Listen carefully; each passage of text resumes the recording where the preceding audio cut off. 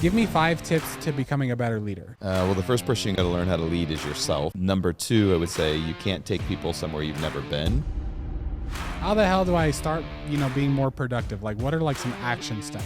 My experience has been when the human decides they really want to change, they will change. All they need is an effective catalyst. And I'll present it like this. What if I walked around with you all day? Yeah. And I saw what you did? Yeah. Would you be scared? Would you be ashamed? Would you be excited? They would, yeah. Most people have a very inaccurate perception of what they're doing on a minute-by-minute basis. Yeah.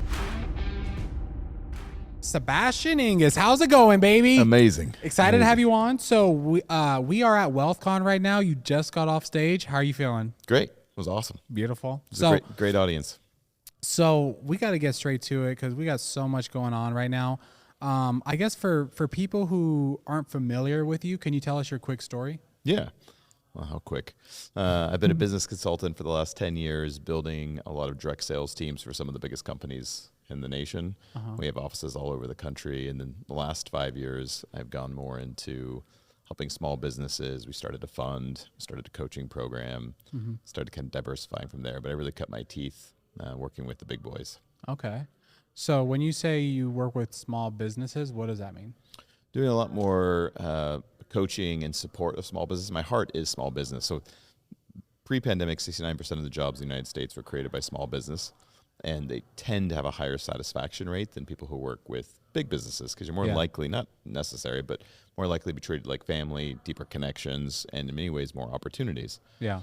So obviously COVID had a really gnarly impact on small business, and they're coming back now, and a lot of people are starting new business. The old saying, necessity is the father of innovation. I think we're seeing a lot of people respond, and entrepreneurship seems to be coming back in a big way. But for me, it's helping them with what we would describe as soft skills. I would describe it really as real skills, but soft skills: communication, sales, influence, leadership, performance, things like that. Okay.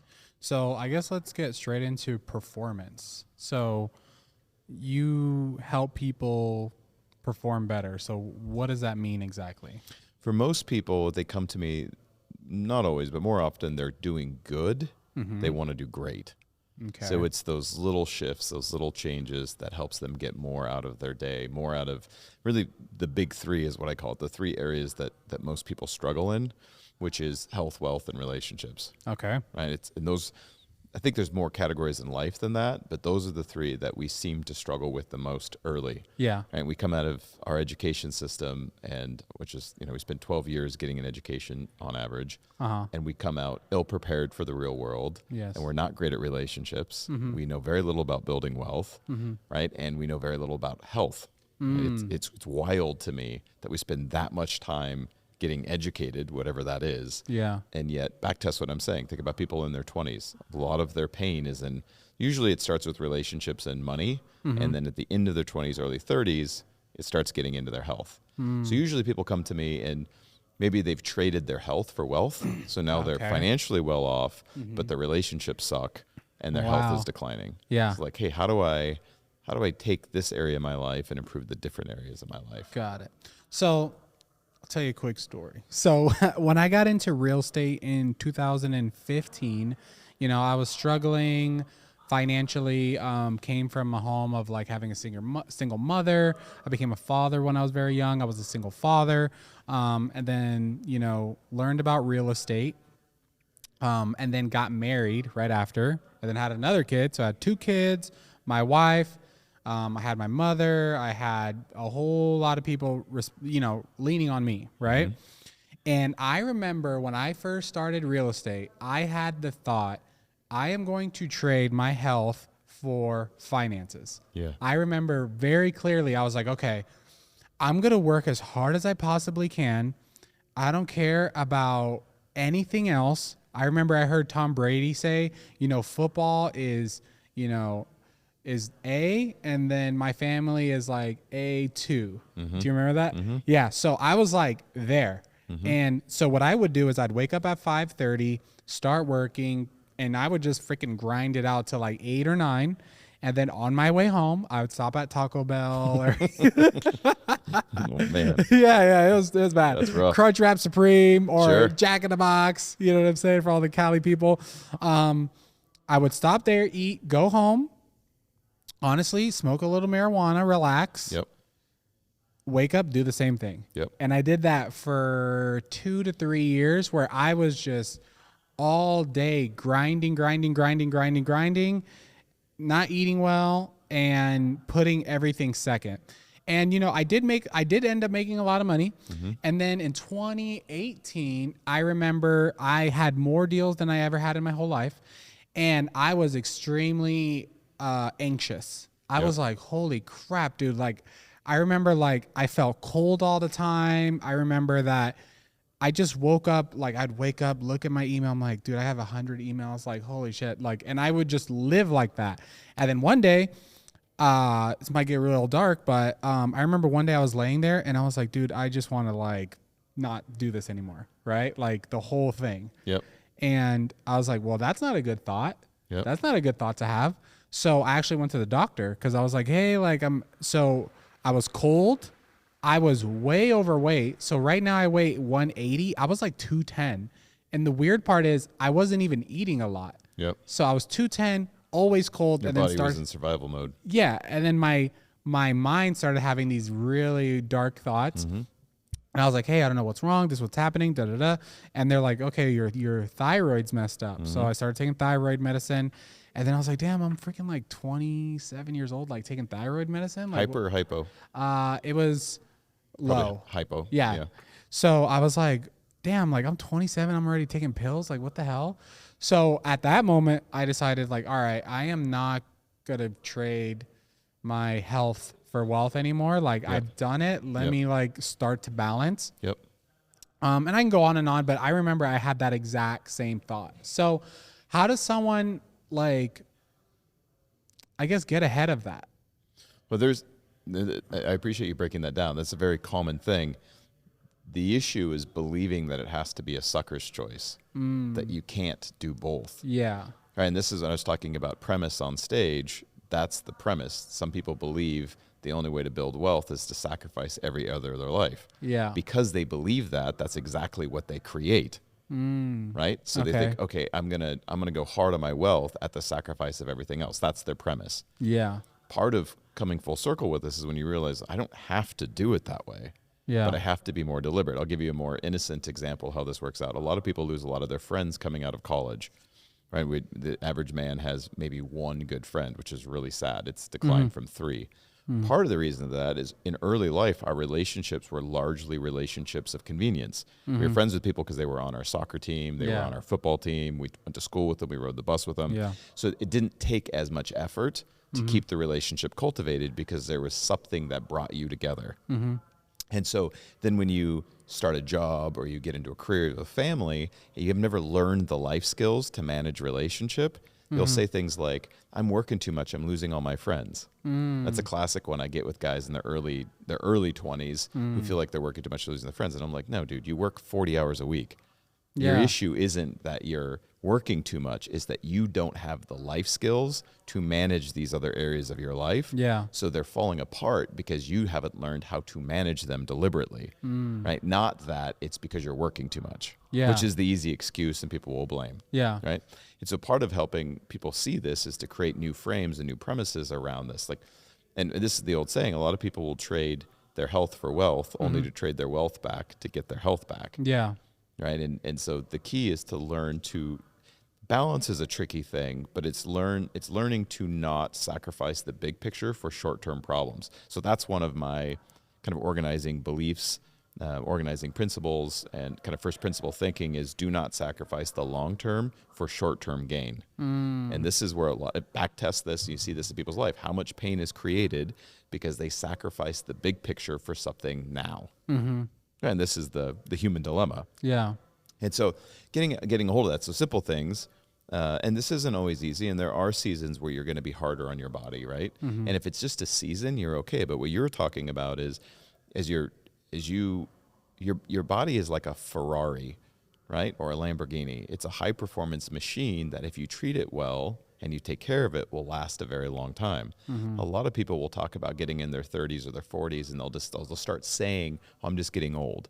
When in fact, it has nothing to do with age. In fact, with everything going on in our society and what we understand about the body, I think people are going to live much, much longer because we have a better understanding of the body. It's not age that's the problem. It's that you've mistreated your body for so long, that you've been overcompensating in that area of your life for so long that it's finally telling you, like, yo, take care of me, right? Take care of your body. It's the only one you get in it per lifetime. A lot of what you're addressing when you talk about mental health issues and being overweight, I would have told you just because you were saying, I said, you check your hormones. Your hormones are probably all fucked up. And they are the fountain of youth. Your T count and thyroid being two of them. Well, that has a lot to do with your diet and lifestyle. If you're not getting enough sleep at night, if you're not staying hydrated and you're eating Taco Bell every night, it's only a matter of time before your hormones go. And once your hormones go, everything starts going. And so, especially for men, checking their T count regularly, making sure I would say staying above 700. I'm not a doctor. I don't play on the internet, but anything under 700 for me is not high.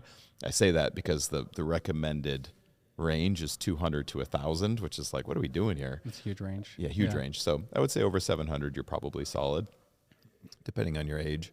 But getting your blood work done and understanding your body and treating it like a temple, treating it like the vessel that it is. Like if you take care of your car, if you're somebody who takes care of your car and your car has great maintenance, take care of your body because it's literally the vehicle that houses you. Yeah. Right? And so, by the way, you'll perform much better if you take care of your body. Yeah. And all other areas of your life, you'll have more energy. You'll be more present. It's easier to be with your children, to be with your family, and to run a successful business. Yeah. So it doesn't have to be a sucker's choice. That normally happens because we don't have the life skills to do it all. Yeah. Not because it's not possible. We just don't have the skills. Yeah. I want to talk about relationships, but one thing that I hear from a lot of new entrepreneurs or people who I guess are struggling in life is they don't have time. So yesterday I was talking to someone here at the conference and we were talking about joining Wealthy Investor. And he was like, man, I don't have time. And I was like, okay, so like, what do you do? He's like, oh, I'm a mortgage lender. I was like, okay, so how many like deals are you closing a month? Well, I haven't closed any this month. And I'm like, oh, okay. So like, what are you doing then? Right. And you know, excuse after excuse. And it's not just him. I'm not picking on him, but I hear it all the time. People are like, I don't have the time. I can't cook. I don't have time. I can't go, hang out with my kids. I don't have time. I can't prospect. I don't have time. So like, how does someone snap out of that?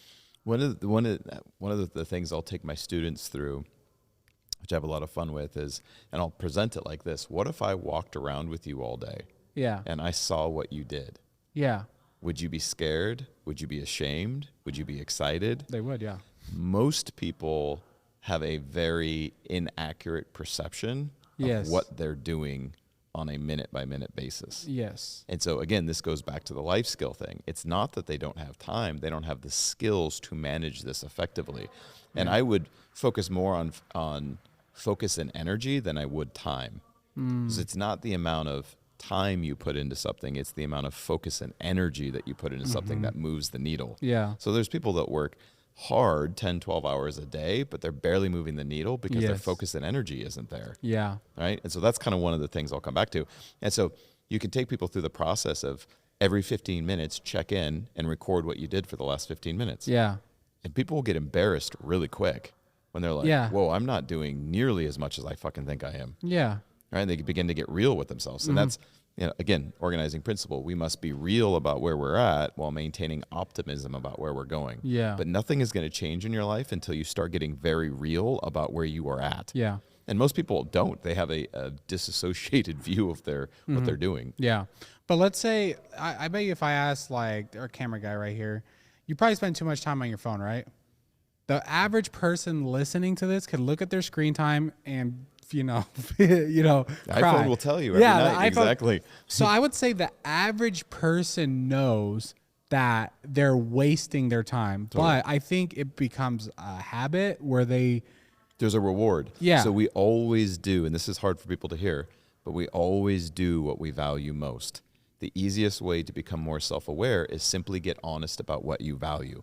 Most people, and this, my whole first book is on this topic, the difference between the ideal and the real you. Most people are presenting to the world their ideal self, Yeah. right? What they know they should be doing. Yeah. How they should answer that question, what they should be valuing. Totally disassociated from who they really are and what they really value and what is really giving them the payoffs. So it's closing the gap between the real and the ideal, that you take back your power and begin to become a creator in your life again. That's hard for most people because they spend so much time trying to convince the world that they're this ideal person that they are not. Yeah. Right? And so easy way to look at this is, I always do what I value most at any moment in time. One time I said this to an audience, and the woman in the audience responds and she says, "That's not true." And I go, "Explain." She goes, "Well, I go to movies with my dad all the time, the movies I don't like." And I don't answer. She goes, "Oh, I value spending time with my father more than the movies." Yeah. Exactly. We always do what we value most. Yeah. So there's a payoff to everything we do. If we're doing something repeatedly, it's because it's an attempt at a solution. It's a payoff for some area of our life. The key to take back our time, energy, and money is we need to be aware of what we are allocating it to, because over time it becomes largely unconscious. Yeah.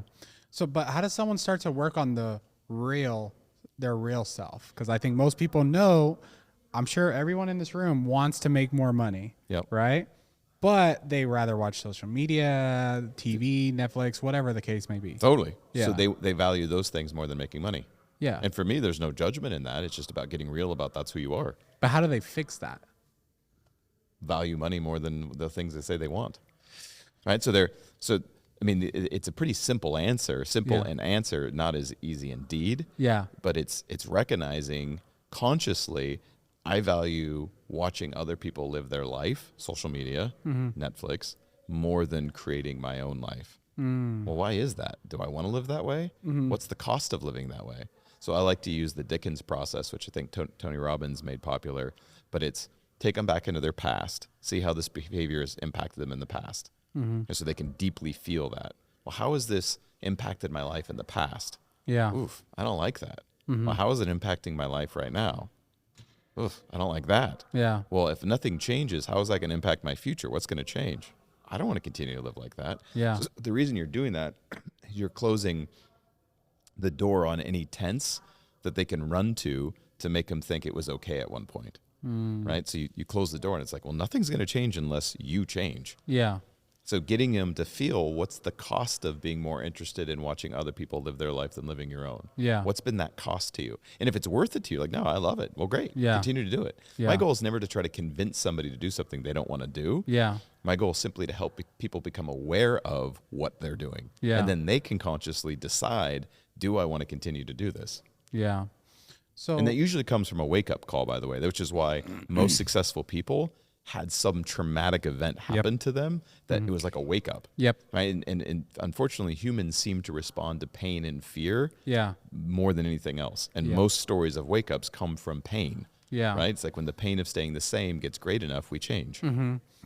But like, is there like some action steps that someone can do if, like, let's say they know they're procrastinating, they tracked it, they're like, damn, I just can't get off of TikTok. Like, how the hell do I start, being more productive? Like, what are like some action steps for them? Yeah, there's lots of things. This is what I've learned. And I'm going to repeat what I already said, and then I'll give you some practical tips. If they don't really want to change, Yeah. it does not matter. But I think a lot of people do want to change, but they can't. Yeah. In my experience, when somebody wants it bad enough, they change. All you need. And James Clear wrote a book, Atomic Habits, which I highly recommend as a read there, about changing habits and doing things to help you shift your behavior for sure. But my experience has been when the human decides they really want to change, they will change. All Got they it. need is an effective catalyst. Right? So things you can do. If you procrastinate a lot, literally it could be, that could be a trauma response. You may want to go to therapy. Now that sounds crazy talking about procrastination. No, yeah, I have a but I think therapist, yeah. therapy is fantastic. And in this day and age, I think most people would do better having a therapist on call. Yeah. Right? Just somewhere where you can process and figure out where this shit's coming from. Because a lot of it started before the age of 7, right? All this unconscious programming comes in. And before the age of 7, your brainwave state is naturally in theta, which is highly suggestive. You're just a big sponge. As you progress through that age, you go into more into beta and more into doing, but all of that programming is now there, and it's largely unconscious. So you don't even realize the things you believe and why you believe them. You're just living them out now. So a lot of times going back and rewriting that programming is really important. So a therapist could be useful, a coach could be useful, an accountability partner could be useful. Apps on your phones can help you control time on, like literally, there's apps that will allow you to only have X amount of time on X amount of apps, or lock you out at different times. You can just throw away your phone, maybe unrealistic in this day and age, but you can do extreme things, but it does not matter if you don't value it enough. Yeah. Right? Ultimately, and that's why I think more people aren't successful. They don't want it more than all the other things they're getting. In the United States, this is, I think, painfully clear because it's too easy to survive here. Yeah. Right? It's too easy to get comfortable here. And so, it's easy to placate yourself into this kind of state of malaise. Yeah. And be a consumer. Plus the entire system, the entire culture is all about being a consumer. Yeah. Right? Everything coming at you is consume, consume, consume, consume. And in many ways, we brainwashed ourselves into being consumers. So there's way more consumers than there are producers. 100%. So we could transition to relationships, and we could talk about therapists. So I have a therapist right now. So I have an emotional therapist, I think. So my issue is that I could be very emotionally cold. Shut down, where I can Withdrawn. be very straight to the point. If, like, for example, if I'm stressed out, I want to be left alone. If I'm sick, I want to go die in a corner. I don't want to be touched. Yep. All that. And You're naturally a giver? I'm naturally a giver, yeah. Yeah. But for myself, when I'm struggling, I want to be left alone. And then that's not healthy. And then also for me, I didn't even realize that I never thought about my emotions. I would just react. So let's say I'm stressed out. Yep. And one of our team members does something wrong, I would get angry. And I just thought I was an angry person. But my therapist said that I'm actually an anxious person because anger is a secondary emotion. So I'm anxious, and then my trigger is to get angry and try to fix the problem with that. Have you heard of that before? Yeah. Yeah. So there's, I just learned this like this week. So there's a few pieces here. The first part, givers generally withdraw when they have nothing to give. Right? Because they feel uncomfortable receiving. Yeah. And so if they're in other people's presence and they don't have anything to give, it makes them feel even more uncomfortable, and it doubles down on their energy level, right? It takes from them even more. Yeah. So if they're sick, they're stressed out, they're tired, they tend to want to withdraw. Just having an awareness of that can help you, one, get more into reciprocal relationship where there's more of an equal exchange. By the way, our best relationships, it is an equal exchange. The people that we are closest to, there tends to be an equal exchange of give and take. But if you're a giver, you'll struggle with that, especially if you identify as being the giver in relationship and you want to be that. You'll ultimately become a martyr because you'll push all the other givers out of your life because you don't know how to receive. Yeah. You feel uncomfortable receiving. Yes. Right? Yeah. So then that's what happens. And then when you're sick, you're tired, you're just like, leave me alone. Yeah. Because you literally don't know how to receive. Yeah. And being in community, one of the beautiful things about community is learning how to have reciprocal relationship where in your weak moments, the people around you can help you. Yeah. That's just very hard if you've never learned how to receive. And there's usually a trauma response to why we don't enjoy receiving. Yeah. So that's the first part. Second part, anger is generated from the fear of losing something that I value, right?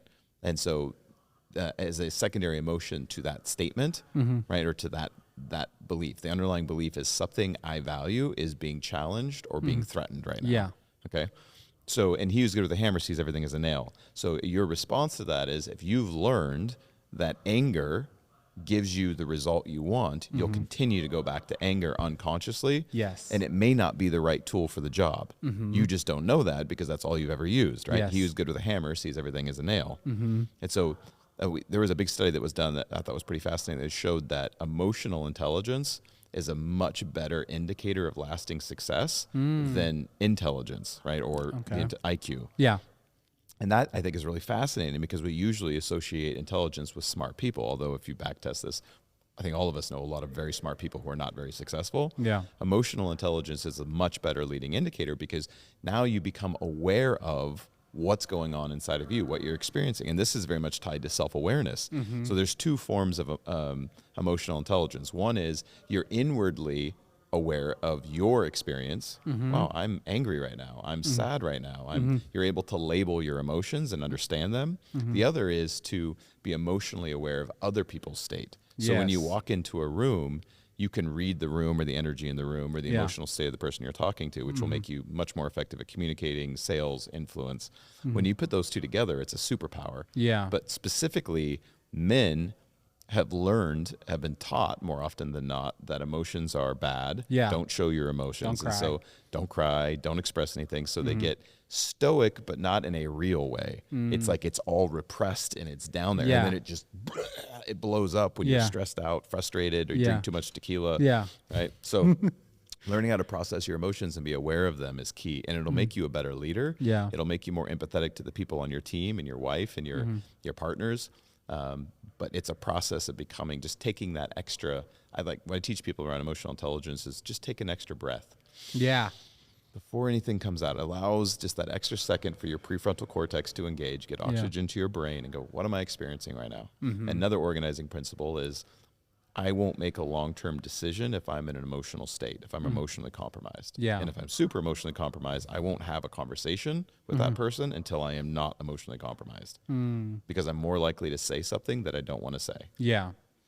So what my therapist has me doing right now is every hour or so, pay attention to how I'm feeling. So when I started doing this, because before I never did this, I was just like, all right, living. And I noticed that there was a day where I literally felt anxious or had like anxious thoughts every hour. So like 9 o'clock, I was like, oh man, like if I don't eat well, I'm going to You get journaling? cancer. In my phone. Yeah. So I was like, at 9 o'clock, I was like, oh man, if I don't eat well, I'm going to get cancer. And I'd kind of stress about that. And then I get over it. 10 o'clock, I'm like, dude, I need to spend more time with my kids. Like, I need to be a better father. Like, I'm not doing well. Okay. 11 o'clock, dude. Yeah. Like if I don't stop drinking Coke, I'm going to get kidney disease or pancreatic cancer. Jesus. Yeah. Like literally. I'm negged out just listening Yeah, to you. exactly. Yeah, it was exhausting. Yeah. Every hour I was having these random ass negative thoughts. And then I was talking to her about this and I was like, why am I so anxious? I was never this anxious before.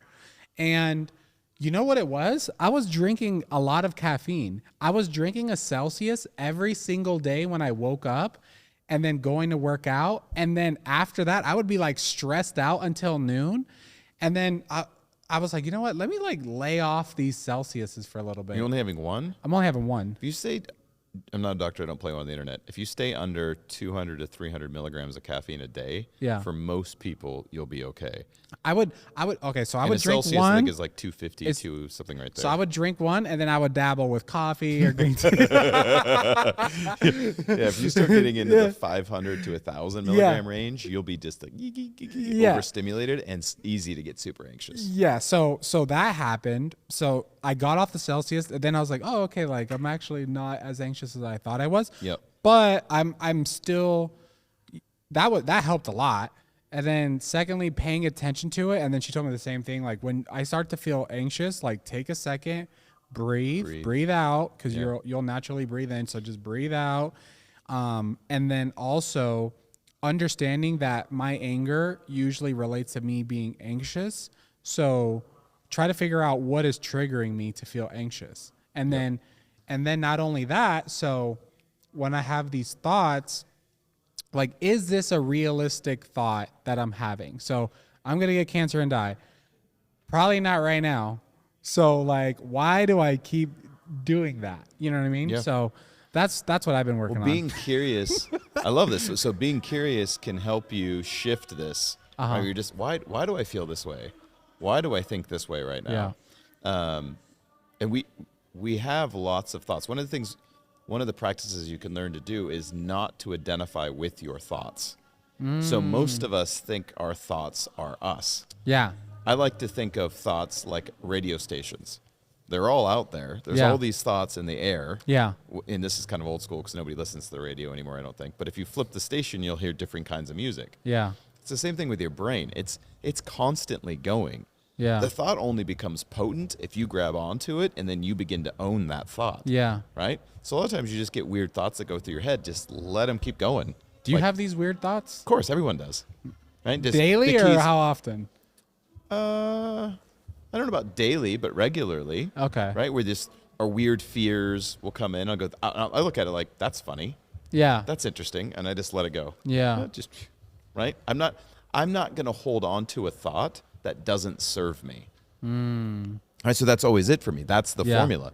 Does this thought serve me? Yeah. So we're a 3-part being: spirit, soul, body. Uh-huh. Our spirit creates our world. We know this energetically. Our mind manifests the world, Okay. right? And then our body experiences the world. Well, what's the relevance of this? Your mind is constantly creating your experience. We know this. This is why when new medication comes out, it has to have an efficacy above 38%. Why? Because 38% is the level of placebo, right? So Yeah. somebody taking a sugar pill 38% of the time will Yeah. think they're getting better. They're improving because they believe they're getting better, Got it. right? Yeah. So our mind is incredibly powerful. We have to learn how to choose what thoughts we hold on to and which ones we don't. Otherwise, we can obsess about things that do not serve us and create that world. Yeah. And then we think, oh, I knew this was going to happen. Yeah, Yeah. you knew it was going to happen. You Created created it. Yeah. So, okay, So anxiousness Yeah. is, and what she's describing there is behavioral therapy, cognitive behavioral therapy, CBT.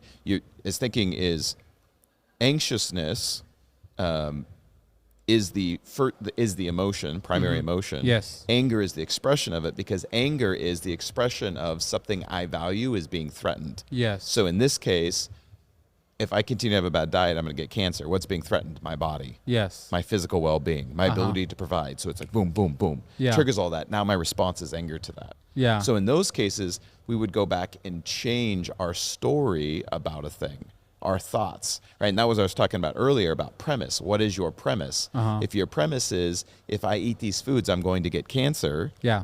you're deciding that, right? So that's important. It's like, well, does this serve me to believe this? Yeah. I'm not saying there isn't objective reality to that, but we can begin to manifest that reality simply by what we're focusing on. Yeah. So for me, I would say if I was coaching you, I would say just change the statement from if I eat these foods, I'm going to get cancer to when I eat these foods, I feel better. Yeah. Got Right? it. Yeah. I'm stronger. I'm healthier. I have more energy. I like the way I look in the mirror. My Yeah. sex life is better. You amplify the things you want, not the things you don't want. Yeah. And this is key. It's a discipline, but you want to focus on the things you do want, not the things you don't want. Yeah. You know what's funny? I had Brandon Carter on the podcast yesterday, and he said you can't whip a dolphin. You can't whip a dolphin? Yeah, you can't whip a dolphin. So the way they train dolphins is by giving them fish, is not by whipping them Right. to do Yeah. stuff. Yeah. Oh, I got it. Yeah, Yeah. I was the like, carrot okay, and the that- stick. yeah, yeah, They yeah. respond better to carrots. Yeah, I love exactly. fucking So dolphins. you're Dolphins kinda- are amazing. Yeah. So yeah, If I was going to be an animal, it'd probably be a dolphin. Me too, I think. But okay, so last thing I want to touch on is leadership. So general question, give me 5 tips to becoming a better leader. 5. Well, the first person you got to learn how to lead is yourself, Okay. right? So I'd start there. Learn how to lead you. Number 2, I would say you can't take people somewhere you've never been. So take your own personal growth serious, right? Like the easiest way to learn is to teach.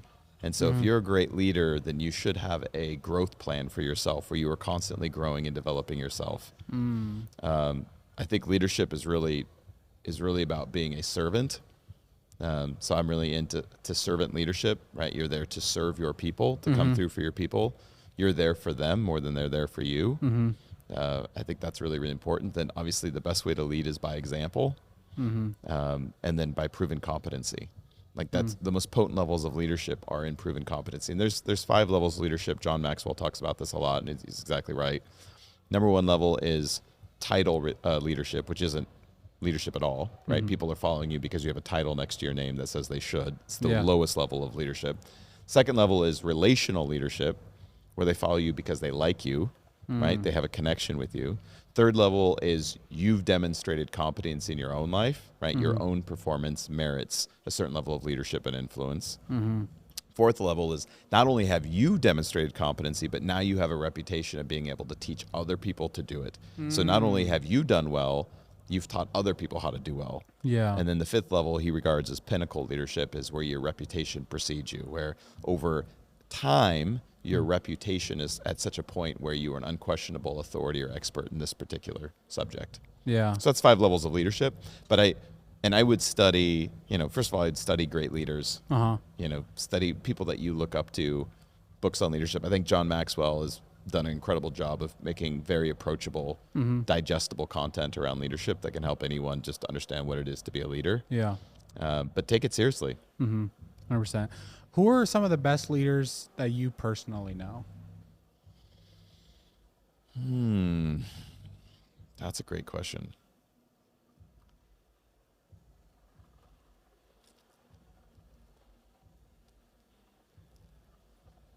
I don't know. Nobody immediately, because you said that I personally know. I have lots of great people in my life that I think are doing great work. Yeah. I'll tell you mine and maybe I'll help you spark something. Okay. So, when I started real estate, didn't know anything about real estate. I heard there was this guy, his name was Craig Tan. I just heard from people in my real estate class that he was like this big real estate agent, really, really nice guy. So I was like, all right, well, I don't know anything about real estate. I'm just going to show up to his office and see if I can work for him.